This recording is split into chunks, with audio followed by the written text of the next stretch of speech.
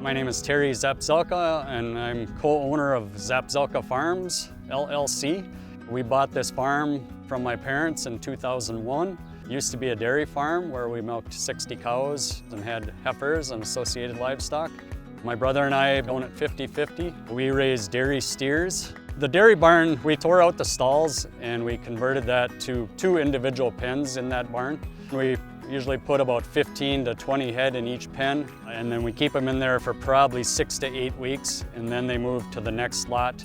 The nice thing with dairy steers is there's usually availability of calves year-round. That way we're always selling year-round as well. So we feed them a ration that consists of whole shelled corn and pellet made by Munson Lake Nutrition.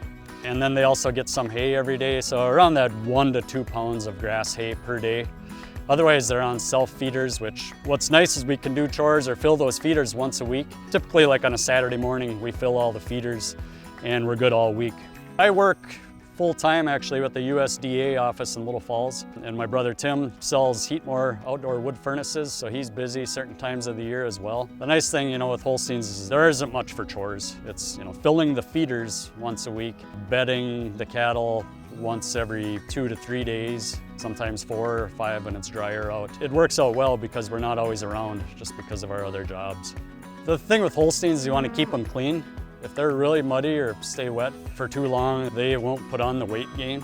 So keeping them dry, we have concrete lots, so they're never in mud. We can keep the lots scraped as often as needed.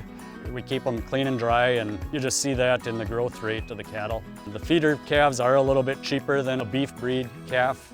However, then the finishing price is a little bit lower as well. But we feel that we can still make as much money as raising a beef breed.